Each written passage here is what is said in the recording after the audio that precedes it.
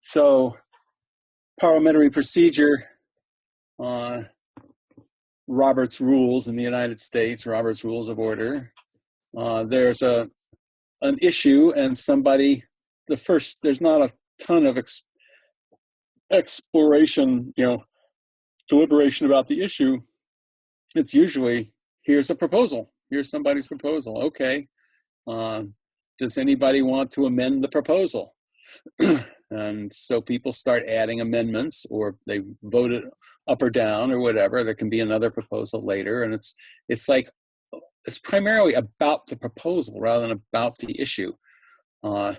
And I notice the impulse. A lot of people come with their sense of what needs to happen, whether it's a formal proposal or not. But they think from the start, I think this is what needs to be handled, what needs to be done. And that's in their own minds, they have a proposal. And that's they are not totally with the exploration because they already know what's supposed to happen. To the extent we can, both at a group level and individual level, see the proposal, any proposal we have, as just, here's something we might do rather than something we should do. And then we can look at it and use it to stimulate, oh, well, if we did that, that might not do this and whatever. There's these other factors, and it can kind of get lost in the flow of the conversation, exploration. But if it's a really good proposal, it won't get totally lost.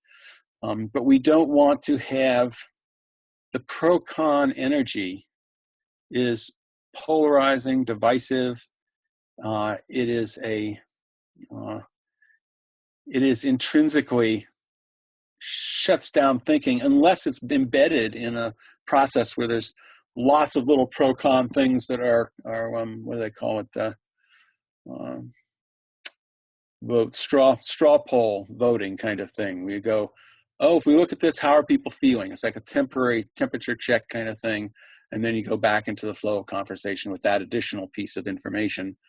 But the sense of needing to decide, there's one friend of mine who once said that we decide when we get tired of thinking, and we want to encourage people to think through something thoroughly.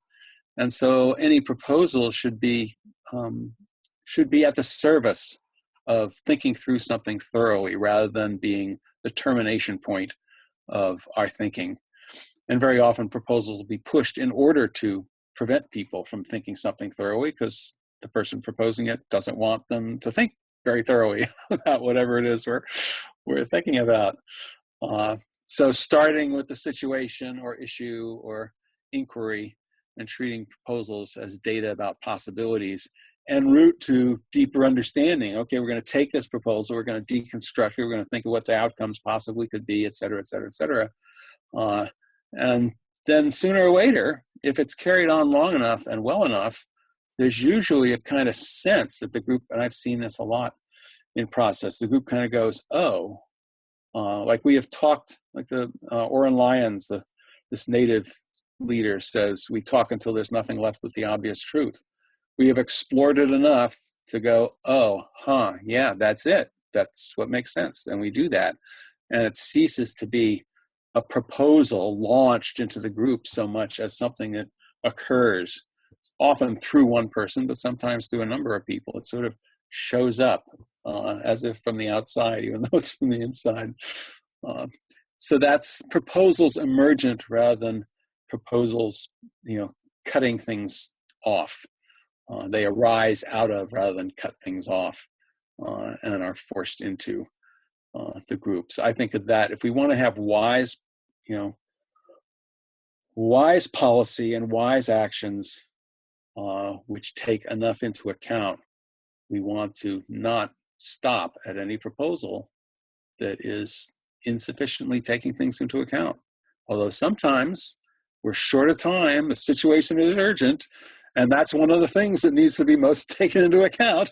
And it's not as if taking everything that needs to be taken into account means you talk about something forever. The conditions under which you are deciding is one of the things you have to take into account and learn from. Why are we making this? Why are we deciding this now when it's too late? is another piece of information we should take into account. If we're going to make this decision now, we should provide a little more time sometime later to really look at what's happening here and why we're being forced to do this now. So that's another dimension will be covered in another one of these patterns. But we want proposals should show up rather than be, driven in like a, vehicle into the midst of the thinking. Processes, again, we end up with the nonlinear processes of dynamic facilitation, which is all about group ahas and nonviolent communication, which is after looking over the needs and all the things that could be done to possibly address those needs, and you have different people with different needs, and you're struggling to figure out what actually would handle most of those needs for most of those people, a proposal shows up out of that. And consensus, again, you're exploring. You don't want a proposal right away. You want to explore it.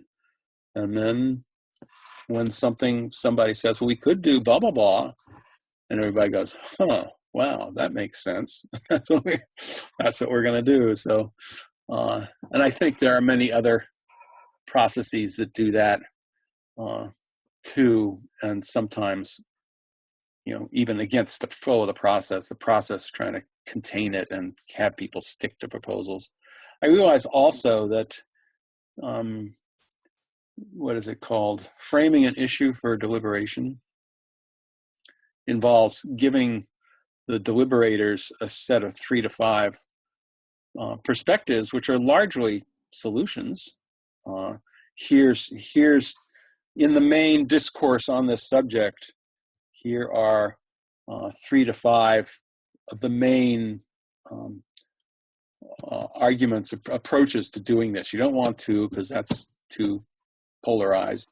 You don't want more than 5 because people can't hold more than 5 things. But you're taking, here are very different approaches. Should we have public schools or should we have private schools?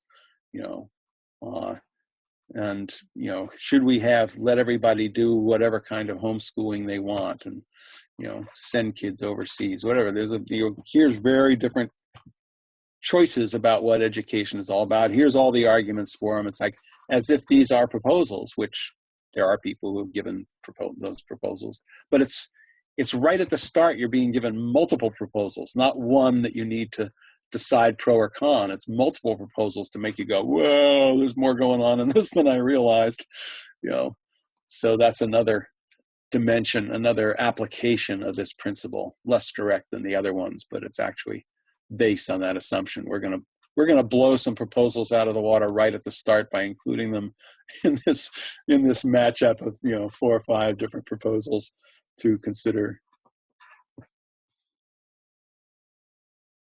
Tom, what about scenario planning? Is that something in that direction? Yeah, it's very much so. Once you start doing that, I don't know a lot about a lot of different. I know a bunch about this quadrants. You have 2 factors, more or less of this factor and more or less of this factor. You look at the quadrants and what's going to happen in each of those quadrants if that unfolds in that way, and then you go, well, how are we going to respond to that? How are we going to respond? Yeah. The proposals are emergent. That's almost. I know that the